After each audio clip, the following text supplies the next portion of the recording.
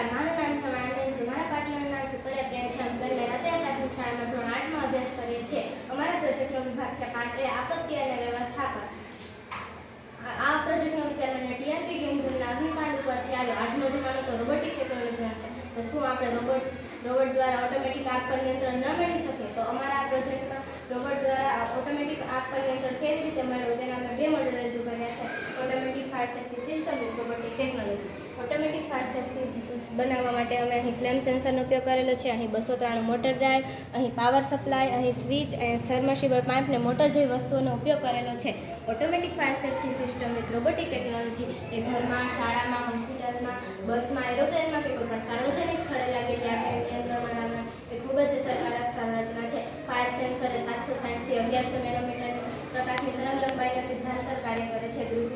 Sensor UV, ultraviolet અને IR infrared એ ટેકનોલોજીના સિદ્ધાંત પર કાર્ય કરે છે. જ્યારે કોઈ પણ બિલ્ડિંગમાં આગ લાગે છે ત્યારે ફાયર સેન્સર એક્ટિવેટ થાય છે અને તે પ્રકાશની તરંગ લંબાઈ મુજબ આવતી જ્વાળાઓને કેચ કરે છે અને 293 મોટર ડ્રાઈવને સંદેશો મોકલે છે. આ 293 મોટર ડ્રાઈવ સબમર્સિબલ પાઇપને સંદેશો મોકલે છે, જેથી પાણીની ટાંકીમાં રાખેલા પાણીનો છંટકાવ નોઝલ મારફતે બધી દિશામાં થાય છે, જેથી બિલ્ડિંગની કોઈ પણ ખૂણામાં કે ગમે ત્યાં આગ લાગે છે તેના પર પાણી છંટકાવવામાં આવે છે, જેથી આગ પર તત્કાળ નિયંત્રણ મેળવી શકાય છે.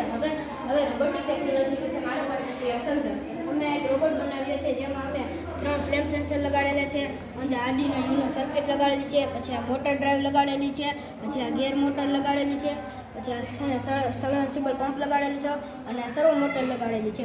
હવે હું તમને આની કાર્ય પદ્ધતિ સમજાવીશ. જ્યારે અને રોબોટ એક માનવ સંચાલિત યંત્ર છે, તેની આગળ અમે 3 ફ્લેમ સેન્સર લગાડેલા છે. ફ્લેમ સેન્સરની ચીપમાં અમે 10K રજિસ્ટર લગાડેલું છે, જેથી રોબોટની દૂરીને વધારી કે ઘટાડી શકાય, તમે એડજસ્ટમેન્ટ કરી શકાય છે. અમે તે 3 ફ્લેમ સેન્સરને અમે અંદર આવેલી આરડીનો યુનો સર્કિટ સાથે જોડેલી છે. આરડીનો યુનો સર્કિટને અમે રોબોટનું મગજ પણ કહી શકાય છે. આરડીનો યુનો સર્કિટને અમે મોટર ડ્રાઈવ સાથે જોડેલી છે. મોટર ડ્રાઈવને અમે ગેર મોટર સાથે જોડેલી છે, તેથી જે તરફ આગ લાગી છે તે તરફ રોબોટ આગળ વધશે.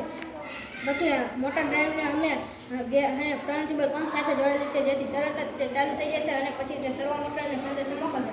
પછી સર્વો મોટર તરત જ ચાલુ થઈ જશે અને 90 થી 80 સુધી બધી દિશામાં પાણી છંટકાવ કરશે અને આગ પર તાત્કાલિક નિયંત્રણ મેળવી શકાય છે. હવે હું તમને આનું પ્રેક્ટિકલ કરીને દેખાડીશ. પહેલાં હું તમને આ ઓટોમેટિક ફાયર સેફ્ટી સિસ્ટમનું કરીને દેખાડીશ. જ્યારે આપણે ઘર, શાળા, હોસ્પિટલમાં રાખીએ તો તરત જ તે પાણી આવીને છંટકાવવાનું શરૂ થઈ જશે. તમે જોઈ શકશો કે પાણી તરત જ ચાલુ થઈ ગયું છે. આવી જ રીતના હું હવે તમને રોબોટનું પણ કરીને દેખાડીશ.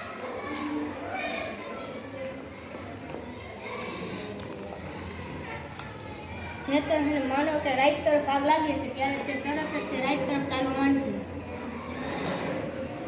તેવી જ રીતના આગ લેફ્ટ તરફ લાગી છે તો તે લેફ્ટ તરફ ચાલવા માંડશે. પછી તે તરત જ આ ફોન સેન્સર સામે આવી જશે એટલે તે આગળ વધીને પાણી છંટકાવવાનું શરૂ કરી દેશે. તમે જોઈ શકો કે તે પાણી છંટકાવવાનું શરૂ કરી દીધું છે.